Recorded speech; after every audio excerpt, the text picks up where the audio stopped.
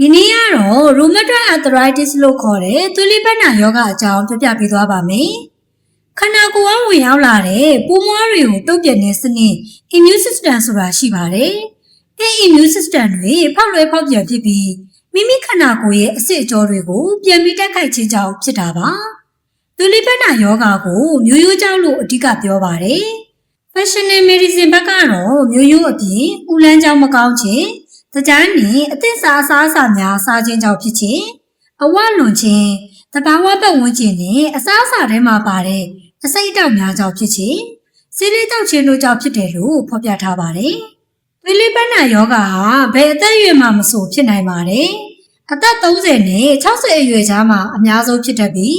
ကလေးတွေမှာလည်းဖြစ်နိုင်ပါတယ်။အမျိုးသမီးတွေကအမျိုးသားတွေထက်3ဆလောက်ပိုဖြစ်နိုင်ပါတယ်။သွေးလိပ်ပတ်နာရဲ့ရောဂါလက္ခဏာတွေကတော့နံပါတ်1အနေနဲ့အဆစ်နာမယ်။အယိုးအဆစ်တစ်ခုခုမှာ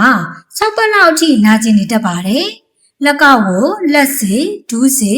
ခြေချင်းဝတ်တွေရဲ့အဆစ်တွေမှာပိုဖြစ်ပါတယ်။နံပါတ်2ချက်ကတော့အဆစ်တွေမှာနီမယ်ပူမယ်ထိလိုက်ရင်မခံမရက်နိုင်အောင်နာမယ်။လက်နှစ်ဖက်ခြေထောက်နှစ်ဖက်စလုံးမှာဖြစ်တတ်ပါတယ်။နံပါတ်3ချက်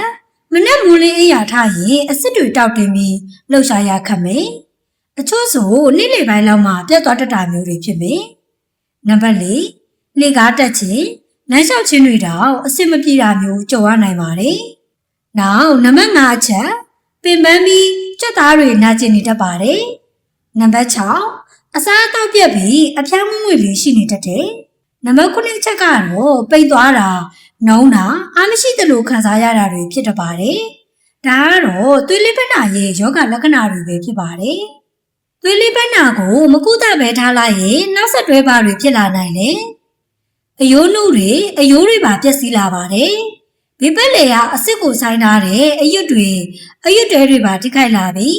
အဆစ်ကိုပုံစံမှန်အောင်မထိပ်ပေးနိုင်တော့ပါဘူး။ဒါကြောင့်သွေးလိပ်ပတ်နာသမားတွေဟာကြာလာရင်အဆစ်တွေကောက်ွေးပြီးပုံပြက်လာတာပါ။အယိုးအဆစ်တွေပျက်စီးတာအပြင်အခြားအစိတ်ပိုင်းတွေလည်းထိခိုက်လာတာတွေ့ရပါတယ်။ဘာတွေထိခိုက်လာလဲဆိုတော့သွေးကြိုးတွေရောက်လာပြီးအာရုံကြောထိခိုက်နိုင်တယ်။မျက်သားခြောက်ခြင်းရောက်ရွယ်ခြင်းအမြင်မဝါခြင်းအလင်းတွေမခံနိုင်ခြင်းတွေဖြစ်တတ်တယ်။အယိုးပေါ်ကအရေပြားပေါ်မှာအဖုတွေထွက်လာမယ်။နောက်ပြီးနှလုံးရောက်ရွယ်ခြင်းဖြစ်မယ်။ပါးစပ်မှာအနာပေါက်ခြင်းဂရွေးခြောက်ခြင်းသဖုံးရောက်ခြင်းတွေဖြစ်မယ်။အဆုတ်ပါထိသွားရင်အသက်ရှူမဝတာ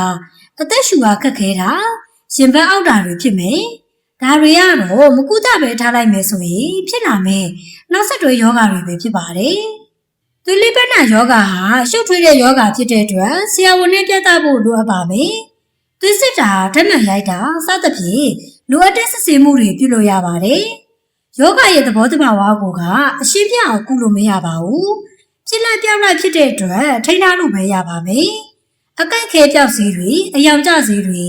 သွေးလိပ်ပတ်နာကိုပုံမဆိုးအောင်ထိန်းထားတဲ့ဆေးတွေနဲ့ကုသလို့ရပါတယ်။အစင်းမြစ်တွေပေါ်ပြတ်တာအတွက်ခွဲစိတ်ပြီးပြလို့ရရင်ခွဲစိတ်ပါတယ်။အယိုးအဆစ်တွေကောက်ကောက်အလုံးလုံးနိုင်အောင်ပြန်လည်သက်ဆွမ်းလက်ကျင်ခန်းတွေလုပ်ရပါတယ်။အခုဆိုရင်တော့သွေးလိပ်ပတ်နာယောဂအကြောင်းနဲ့ပတ်သက်ပြီးသိရှိသွားကြပြီထင်ပါတယ်။ဗီဒီယိုလေးကိုအဆုံးထိကြည့်ရှုပေးတဲ့အတွက်လည်းအားလုံးကိုကျေးဇူးတင်ပါတယ်ရှင်။ဒီဗီဒီယိုလေးဟာမိမိနဲ့မိမိပတ်ဝန်းကျင်အတွက်